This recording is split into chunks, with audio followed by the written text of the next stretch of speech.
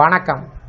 இந்த வீடியோவில் சற்று முன் 3% அகவிலைப்படி டிஏ உயர்வு 2026ஆம் ஆண்டு ஜூலை மாதம் 63% அகவிலைப்படி சார்ந்து புதிய அறிவிப்பு குறித்து தகவல்கள் கிடைத்திருக்கிறது. இது சார்ந்து முழு விவரத்தையும் பார்க்கலாம். மத்திய அரசு ஊழியர்கள் மற்றும் ஓய்வூதியர்களுக்கு அகவிலைப்படி டிஏ சார்ந்த அப்டேட்டுகள் தொடர்ந்து முக்கிய கவனத்தை ஈர்த்து வருகிறது. சமீபத்தில் ஜனவரி 2026 முதல் 2% உயர்வு அறிவிக்கப்பட்டு டிஏ 60% உயர்ந்த நிலையில் அடுத்த கட்ட உயர்வை பற்றிய எதிர்பார்ப்புகள் அதிகரித்துள்ளது. தற்போதைய கணக்கீடுகள் மற்றும் தரவுகளை பார்த்தால் ஜூலை 2026க்குள் டிஏ மேலும் 3% உயர்ந்து சுமார் 63% வாய்ப்புகள் இருப்பதாக கூறப்படுகிறது. இது பணவீக்கம் தொடர்ந்து அதிகரித்து வரும் சூழ்நிலையும் அதை சமநிலைப்படுத்த அரசு எடுக்கும் நடவடிக்கையையும் பிரதிபலிக்கிறது. இந்த நிலையில் ஊழியர்களுக்கு எழக்கூடிய முக்கியமான கேள்வி என்னவென்றால், இந்த டிஏ உயர்வு உடனடியாக சம்பளத்தில் தாக்கத்தை ஏற்படுத்துமா அல்லது அது எதிர்கால 8வது ஊதியக்குழுவின் 15 ஃபேக்டரில் இணைக்கப்பட்டு மறைமுகமாக பலன் தருமா என்பதாகும். அகவிலைப்படி உயர்வு முழுவதும் AICPE-IEEE என்ற குறியீட்டின் அடிப்படையில் தீர்மானிக்கப்படுகிறது. இந்த குறியீடு உணவு, உடை, வீட்டு வாடகை, எரிபொருள், போக்குவரத்து போன்ற அன்றாட செலவுகளின் விலை மாற்றங்களை பிரதிபலிக்கிறது.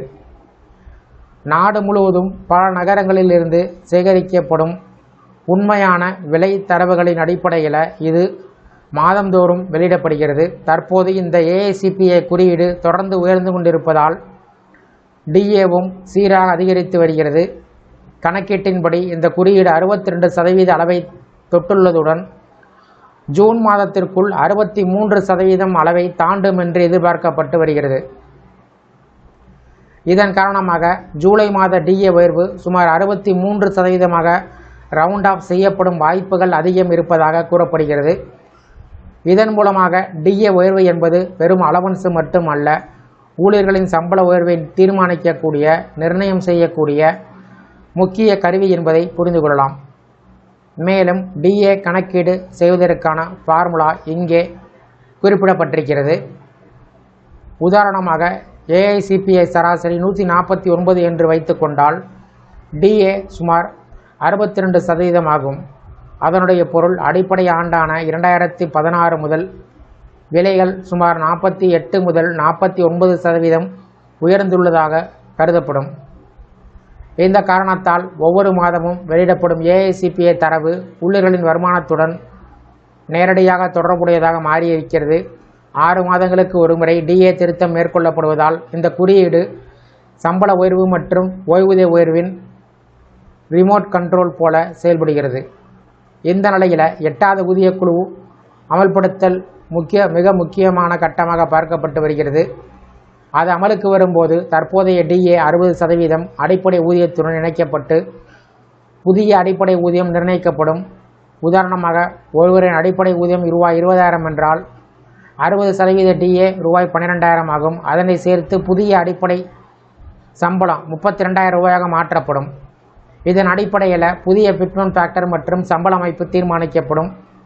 அதன் பின்பு டிஏ கணக்கீடு மீண்டும் 0லிருந்து தொடங்கும்.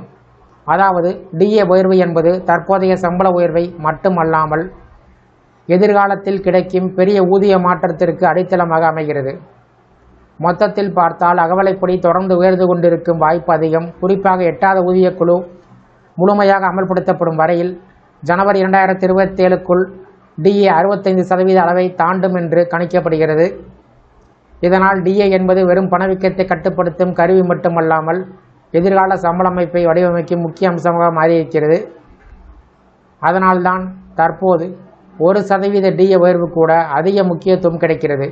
ஊழியர்களுக்கு இது கூடுதல் வருமானத்தையும் எதிர்கால நிதி பாதுகாப்பையும் உறுதி செய்யும் ஒரு முக்கிய காரணியாக உள்ளது. இந்த வீடியோ குறித்த உங்களோட கருத்துக்களை கமெண்ட் செக்ஷனில் கமெண்ட் பண்ணுங்கள். இந்த வீடியோ பிடிச்சிருந்தா வீடியோக்கு ஒரு லைக் பண்ணுங்கள். இந்த வீடியோவை அனைவருக்கும் ஷேர் பண்ணுங்கள். நன்றி.